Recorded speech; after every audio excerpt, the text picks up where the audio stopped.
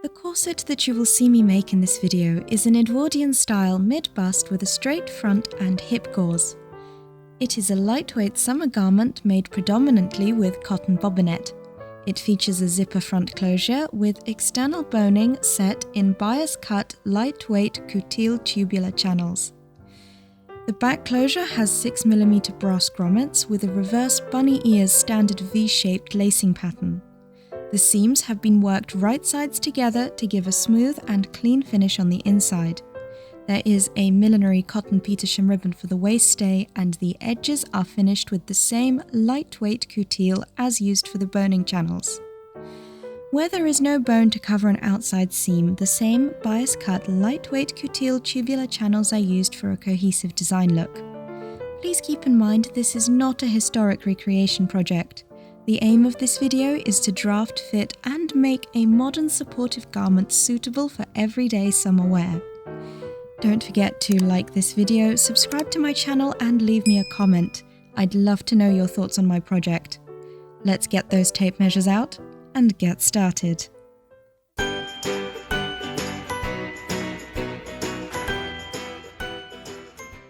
Hello and welcome to a metric pattern drafting video. My name is Ilona, I am a seamstress based in London, and today I want to share with you two methods for pattern drafting for a perfectly fitted corset. For both methods, you will need to start with a perfectly fitted bodice block or sloper pattern. If you don't have one, make sure you check out my previous video on how to draft your own. I'll link to it right up here. Once you've got your sloper, we're ready to start. For the first method, we will be transposing an existing free corset pattern to fit your exact body shape and measurements. I will be using this pattern, which dates from 1901 from the book Corsets and Crinolines by Nora Woe. When selecting a corset pattern to use, keep in mind some are easier than others. Underbust corsets are perfect for beginners. A mid-bust corset can be tackled by beginners and intermediates. And if you are really confident and advanced, you can try an overbust corset. Once you've decided on the type of corset you want, it can be helpful to pick an era of corsetry to look at. Different eras give different body shaping. I am no dress historian, but the way I like to think about it is thus. Victorian nips you in at the waist and distributes your fat forwards and backwards, giving your stomach a curved appearance. Edwardian distributes your fat into your behind and your hips, sometimes flattening your stomach. A mid-20th century shapewear flattens your stomach, and an overbust corset pattern can also lift your bust very high up, giving you that torpedo Marilyn Monroe look. The era you pick can be informed by the purpose of your finished corset. Copy your block onto some new paper. I am using brown parcel paper, but you can also use baking paper, pattern drafting paper, or sheets of printer paper taped together. Notice that I am mostly ignoring the top of the block as we are not going to be using that. When tracing your block, the most important thing is to align the horizontal underarm lines on the back and front pieces. Place your front piece to the right of your back piece. When tracing the front, you will need to close up the neckline contour dart. For more information on what this is, see my metric pattern drafting video. Then we need to prepare this copied block to be corset ready. This means taking away any ease and adding in a waist reduction.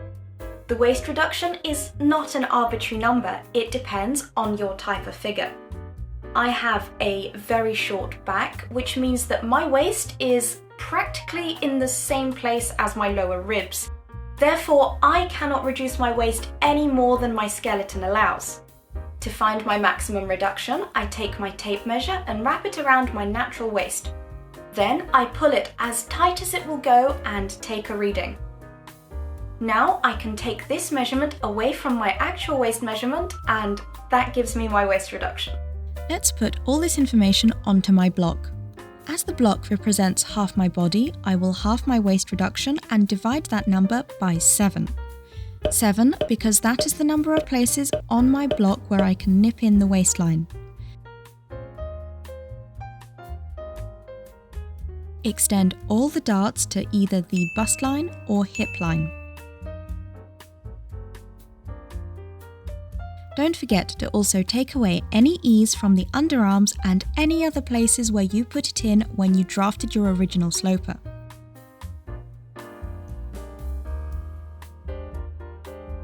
Time to take a look at the pattern that we are transposing.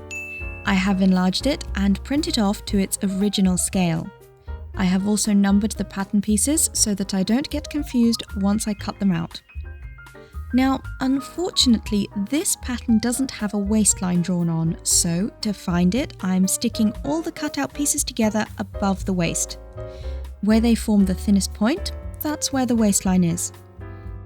Split all these pattern pieces at the waistline.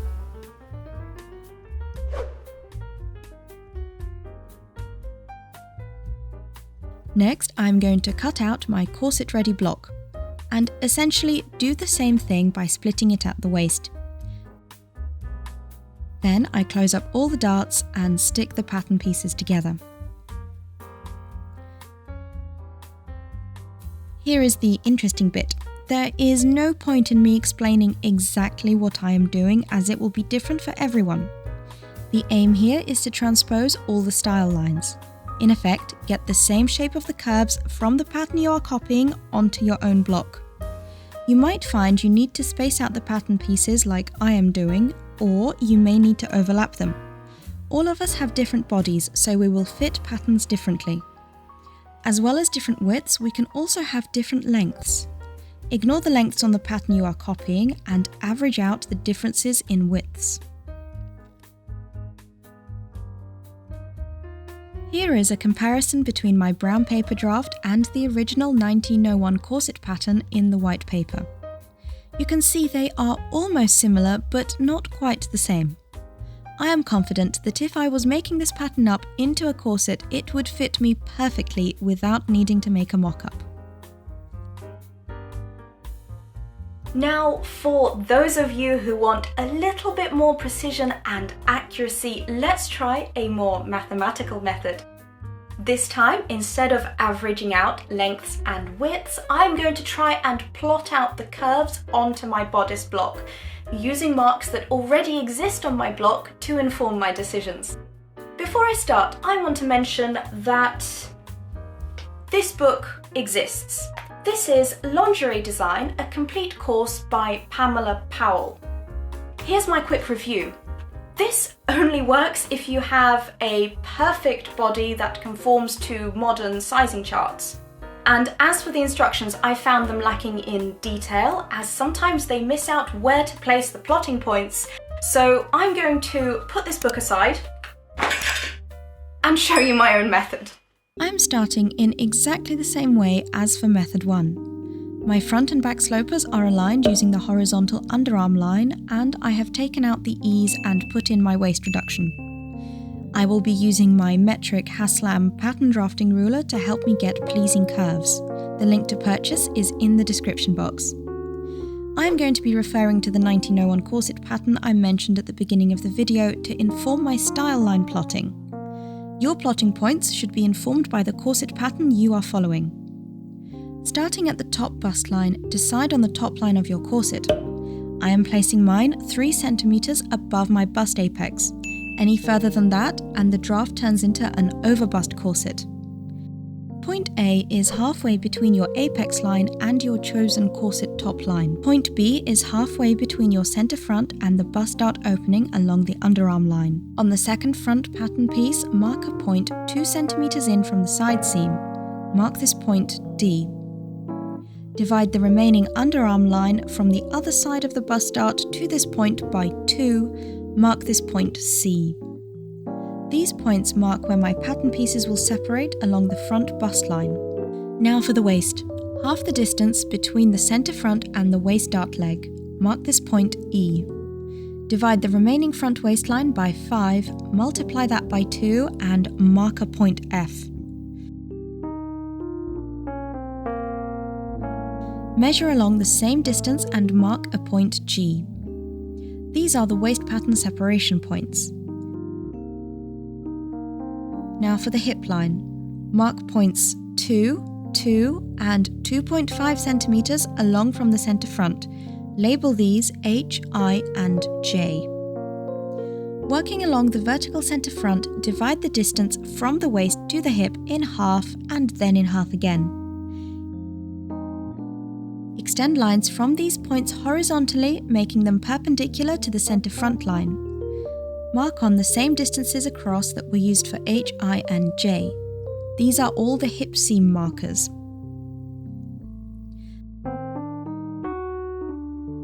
Now the fun bit, drawing pleasing curves. I am once again referring to the 1901 pattern I am copying to inform my curve choices. This is where the Haslam ruler comes in handy, as useful points along the curves on that ruler are marked. The curves to the hips are easier to draw, so that is where I'm going to start. Place point BC to point E and connect it to point H, trying to hit all the other plotted points on the way. For the top part of this curve, invert the ruler and place arrow G at the bust apex. Align the ruler with point E on the waist and join up. For the top line, place the BC curve point at point A and align the ruler to point B. Invert the ruler and place G at the other side of the bust dart leg and align it to point C. Extend the curve to D and the underarm point. That's the first pattern piece done. Next, I'm going to show you how I plotted the hip gauze. This is the most complex part of the 1901 corset pattern. I don't want there to be bulk at the waistline, so I have drawn a line parallel to the waist 1 centimeter below it. Working on the front piece, line up the broad arrow at the point where this line meets the side seam.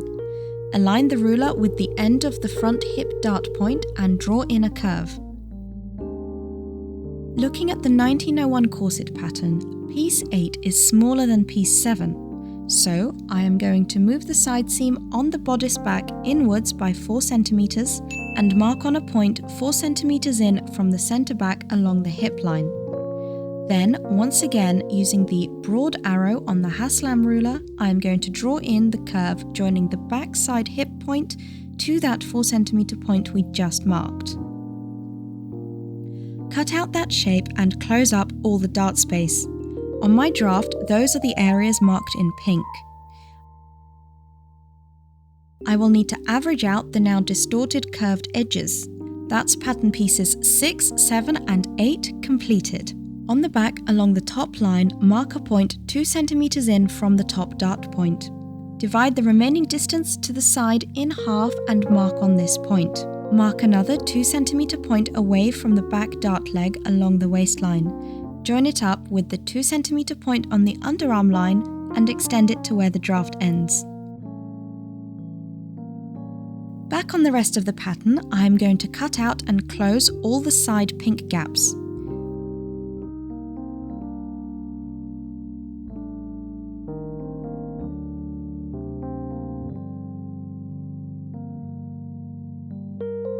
Using arrow G on the Haslam ruler, join up points D to A and the dividing back point to G. Cut the draft at the waist and close up any remaining pink dart spaces. Then stick the top pattern pieces back with the bottom ones matching up all the waist points. As usual, average out all the curves and lines where they don't quite match up. We're almost done. It's time to compare my draft to the original 1901 pattern. As you can see, some of my curves turned out slightly differently. This is where I will use an artistic eye to slightly alter them. Once I am happy with the altered curves, I will walk the seams, making sure all the distances match up. If they don't, add a little bit of tape and add in those extra millimeters. Let's make a mock-up. For my mock-up, I am using an old bedsheet and plastic cable ties. My pattern has no seam allowances, and I have traced the pieces onto the fabric using a Frixion pen. I'm cutting around them, leaving plenty of space for the seams. I am very aware that an old bedsheet is not suitable fabric for corset mock-ups, as it is not strong enough and it will stretch. But this toile is more for purposes of checking style lines rather than fit. Before trying it on, I will need to add a lacing panel to the back. To sew on my cable ties, I am using a wide zigzag stitch. I have placed the cable ties in between all of the pattern pieces so that if I do need to fiddle with the seam style lines, I can still do so. And of course, one cannot simply try on a mock-up without the lady of the house helping as much as possible. Thank you, Drusilla. Here is my first corset mock-up. It's not the best garment, structurally speaking, but it will do for my purposes. Now, obviously, the widths are all going to be skewed because mathematically, I know that my waist reduction in this should be 6 centimeters, but because this old bed sheet has a little bit of stretch in the fabric, it's obviously stretched to fit my natural waist. The top has got some space in it, so I think I'm going to have to figure out how much to reduce this by, but again, I'm going to do that mathematically rather than physically fit it on me because I don't think this fabric is representative. So I'm going to get a tape measure and measure around the upper line of the corset and then put that onto my paper pattern and see if it needs reducing, and if it does need reducing, I know that I need to reduce it in between pattern pieces 4 and 5, so at the side seam essentially. Now, the other thing I need to check on this mock-up is the shaping at the bottom. I'm very happy with the shaping at the top, but the shaping on the bottom I haven't bothered to figure out yet, so I will need to do that. And I'll probably just get a marker and mark on a nice curve on my hip, but then I will also need to figure out how much lower to extend the base of the corset down so that it's giving that nice kind of Edwardian curve. I've been measuring myself and then I realised that yes, I can measure the top line and transpose that onto my pattern pieces, but for the bottom line I actually made this corset about a year or so ago, and if I can dig out from my pattern cupboard the pattern I used to make this one, then I can just use the line off the bottom of this because I know that this is already pretty comfortable for me. Although maybe to make it a little more Edwardian, I might just slightly exaggerate this curve up a little bit more, but I like where the bottom of this hits, and I like the sides, and I like the back of this corset as well, so I'll just end up doing that. That's much easier. I'm going to add in all those alteration and style line changes I've just spoken about, walk the seams again, and draw on the grain lines. I am not going to bother making another toile, I am going to jump straight into making the actual corset. To make cutting and sewing easier, I'm going to trace my pattern pieces onto some freezer paper. Freezer paper has a waxy backing, allowing it to temporarily adhere to fabric using a hot iron. I learnt this trick in an English paper piecing patchwork quilting class, and since then I like to apply the same theory to corset making. This means I don't have to worry about adding seam allowances to my patterns, and I have an increased sewing precision at my machine. The grain lines need to be perpendicular to the waistline on all the pattern pieces. Tools and materials. Let's quickly go through corset making supplies. Obviously, the pattern. Next, fabric. I will be using cotton bobbinet, which is lightweight but strong. It was used in lots of Edwardian summer corsets. I originally bought it to try and make my own Paris net millinery foundation material, but it wasn't suitable for that purpose. As well as fashion fabric, you will need a strength layer. For this, I'm using a corsetry coutil. I will use it for my front and back closure pattern pieces as well as the boning channels. Ribbon for waist tape. Using a waist tape takes the pressure off the corset fabric and ensures the waist doesn't stretch out and lose shape. Ideally, I would use cotton twill tape, but I forgot to buy some, so I'm using Millinery cotton petersham instead. Plastic boning. The internet assures me that I have bought the best quality German stuff to emulate the feel of whalebone that was used in historic corsets. A front closure. If I was trying to be historically accurate, I would use a busk. However, I've not got the time to faff with that. This is an open-end number 5 brass zipper. I have been wearing corsets for a very long time and know that I prefer a zipper front closure. Grommets for the back lacing panel. I am using 6mm ones as that is the size that my new grommet press takes. They are brass, just like the zipper. Lastly, lacing cord. I found this vintage lacing cord from the millinery supply shop Petersham's. I really like the feel of its cotton and viscose texture. Now let me take you through the making process. First, I am going to cut out the pattern pieces. Cotton bobbinet should be used in 2 layers, so I have folded my 1 meter into quarters. I have had to do some creative grain line placements to fit all my pieces onto the fabric. As you can see, piece number 7 is placed perpendicular to the grain line, and I have had to eliminate the seam line between pattern pieces 1 and 2. Once the pattern is adhered, it's time to cut. Remember, we didn't add any seam allowances to the pattern, so I am cutting it out with plenty of space around the paper.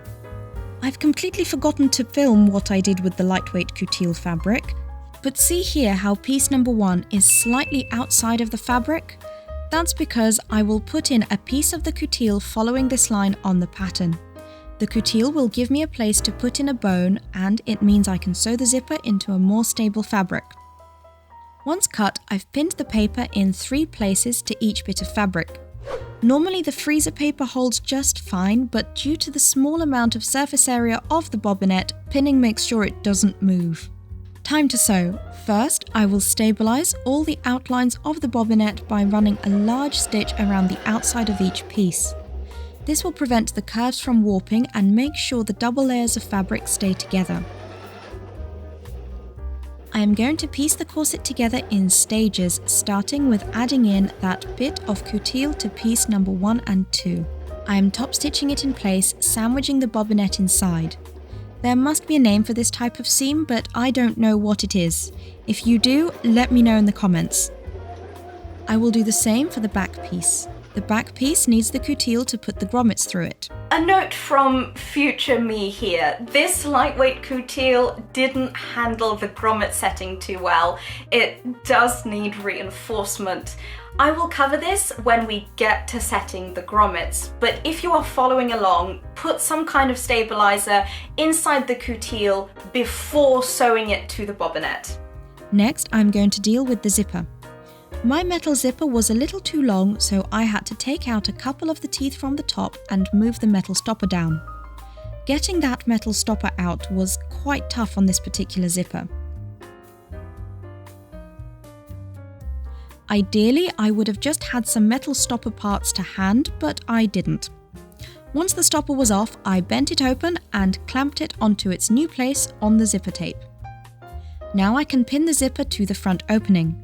As I do this, I am making sure I cover the metal teeth. Then I can sew it down with a zipper foot. This is where we get to the grommets for the back pieces.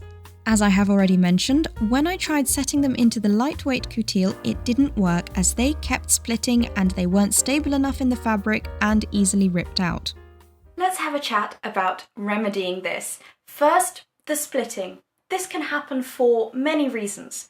It could be that you put too much pressure on the metal as you pressed it together. This has happened to me before on previous corsets that I have made when I have used a hand grommet setting tool alongside a rubber mallet. As I knew that this has happened before, I wanted to try using a spring-loaded grommet press. I bought this on Amazon. What's nice about this is that you can vary the pressure by twiddling with this screw up here. This particular one came with a set of 3 differently sized dies. I've used the 6mm one.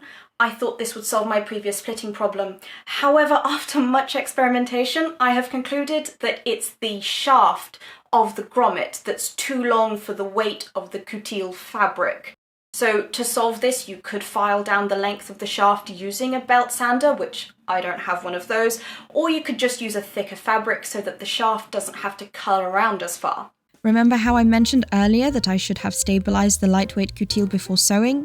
Well, because I didn't know that then, here I am having to thread through a folded piece of thick corsetry coutil. Once that's done, I can mark on where the grommets will go. I have placed them 2.1 centimeters apart, starting at the waistline and working up and down from there. You don't have to start by putting a grommet centrally at the waist. You could choose to put the grommets in either side of the waistline instead. This choice will depend on the type of corset and how you like to wear it. I've linked to some grommet placing resources in the description box. Before setting the grommets, I'm going to sew in 2 boning channels. There needs to be a bone either side of the lacing strip to prevent the corset from collapsing on your back. I'm using a 6mm loop pressing bar, which will give me the correct channel width for my 5mm boning. Now let's make those grommet holes. Luckily, my grommet press can also cut holes for the grommets it sets, so I don't have to strain my hands with one of those handheld hole punchers. The one problem with these holes is they are actually slightly too big, as in they are almost the same size as the grommets, so sometimes the grommets can fall out. To prevent the fabric from stretching and fraying, normal people would use something like fray check, but I've got some chemical millinery stiffener in my cupboard, so I figured I'd use that. I'm going with Durtex, which is very strong at 100% active elements. I'm painting it on with a small paintbrush. It did stain my fabric a little bit, but I figured that no one will notice once the shiny gold grommets are there as a distraction. Somewhere in this process, I appear to have sewn together pattern pieces 6, 5, 4 and 3. The seams are on the right side of the garment. What you see on the screen now is the neat inside of the corset. To set the grommets, the part with the shaft goes onto the bottom die. Then, place the garment down with the wrong side facing upwards. Pop on the flat part of the grommet and press. My grommets still ended up splitting, but at least they weren't completely torn up and badly jagged. I am feeling all the split grommets with my fingers, and the ones that are a little rough can be sanded down using a metal file. At this point, the freezer paper was getting in my way. Before I could remove it, I traced the stitching lines with a basting stitch and marked on the waist. I'm stitching together pieces 1 and 2 to pieces 6, 5, 4 and 3. I'm not going to sew on the hip gauze just yet, as I want to see how well this corset fits first. Before trying on the corset, I need to put in the laces. To calculate their lengths, I have measured the separated distance on the diagonal crossover between the grommets and multiplied it by the number of grommets. Then I double this number to account for the double crosses of the lacing cords. And lastly, to this, I will add the length I want my bunny ears to have. Before lacing, secure the ends of the cord from unravelling. I have used thread wrapped tightly around the end, but aglets can also be used. I got really confused lacing this corset, so there's no point in me explaining what I did because I don't know myself. But what I think I did is called a standard V-shaped pattern with reverse bunny ears. I will leave a link to a website page with lacing instructions in the description box. This is the first try on. It's not yet got the side sewn in because I just wanted to make sure that the bust line was fitted, and it is, so that's good. There's one small problem, which I wonder if it will be solved once I put the side panels in, the hip panels in, is it's a little bit flappy on the front, but I'm not going to do anything about that for now. I'm going to sew in the hip panels and see how it looks. Now, one thing to point out is it is collapsing a little bit in the front, but I think that's mainly to do with the fact that I don't have any bones in here. So just to check the fit and make sure that it is correct, I'm going to put on another corset underneath this one and see if that structure evens everything out. Here is the bobbinet corset over the top of an overbust coutil corset, which is a lot stiffer and a lot smaller than the shape that I'm going for with the bobbinet corset. But now that I've got a structure on underneath, I can see that the bobbinet corset is sitting quite straight and quite nicely. I've still got a slight problem of the front bit poking out, but I think I'm going to, as I've already said, put on the side hip panels and try it on again. Right then, let's stitch on these hip panels. It's a little difficult to sew a curved seam like this on the hip gauze, but because I had the stitching lines sewn on, and they were visible through the see-through bobbinet weave, this made the task much easier. here is the bobbinet corset with the hips added in, and I think it's fitting really, really well. I'm still slightly worried that there might be a little bit too much space in the bust, so what I'm going to do is make some boning channels and start putting in the bones along the seams that I am definitely happy with. There's still a couple of alterations that I'm also going to do simultaneously, which is pinching in at the front there, which I've already popped a couple of pins in, and I'm going to work on the bottom line, which I have decided should follow the lines of almost where the coutil corset is sitting underneath me, but I would like the hips to extend further down. Let's make those seam covers and boning channels. I will be using 5mm boning, so I have made my boning channels 6mm wide to account for the top stitching line. I have turned the bias tubes outside in using a loop turner and then flattened them, making the seam central using a 6mm loop pressing bar. To set the channels in, I'm first going to trim the seams I am sure will need no alterations. In this case, they are all the back panel seams and the hip gauze. I am placing a boning channel over the 6 and 5 pattern piece seam and extending it down to the hips. Then I am placing a boning channel over the hip gauze seam 8 and 7 and extending it up to meet with the next seam along. The channel used to cover the hip gauze seam will not contain a bone, therefore it will be sewn in over the top of the other boning channels, but without stitching directly on top of those channels here and here. I'm going to very neatly top stitch these in place. As I sew them, I stretch the fabric apart gently and hold it taut. You might find it easier to do this with a bone in place so that you are certain that it will fit. I prefer to sew without the bones in, so I've got to put them in afterwards. As I've mentioned before, I am working with plastic German whalebone imitation that is 5mm wide. This stuff is really easy to use. First, measure your boning channel and cut a piece of bone that is 1.5 cm shorter than the channel. This is to make space for the binding that will finish the edges of the corset. Then, sand down the edge to make it smooth and rounded. I am using a metal file, but you could use heavy grit sandpaper or an emery board nail file used for shaping acrylics. Before inserting the bone, I like to take out the spring, just like with millinery wire. In the case with the plastic boning, I'm using a hot steam iron and sandwiching the bone between some fabric.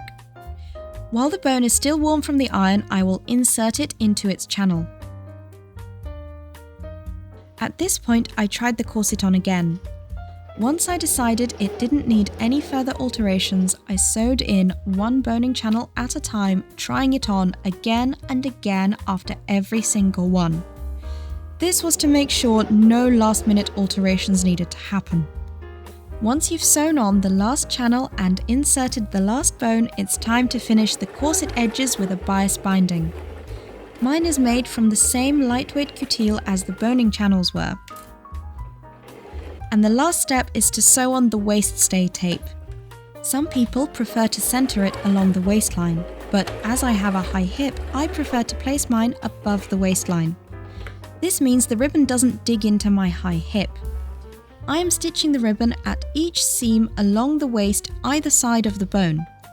This ribbon needs to be the length of your reduced waist, taking into account the front and back closure and any stretch. And here is the finished corset. Thank you so much for sticking with me to the end of the video. Please remember to do the YouTubey things and like, comment and subscribe. I know most of you are here for the hat content, and don't worry, there are several videos in the works. I just needed to take a small break from hats and do something else for a while. Thank you so much for your support. See you next time. Bye.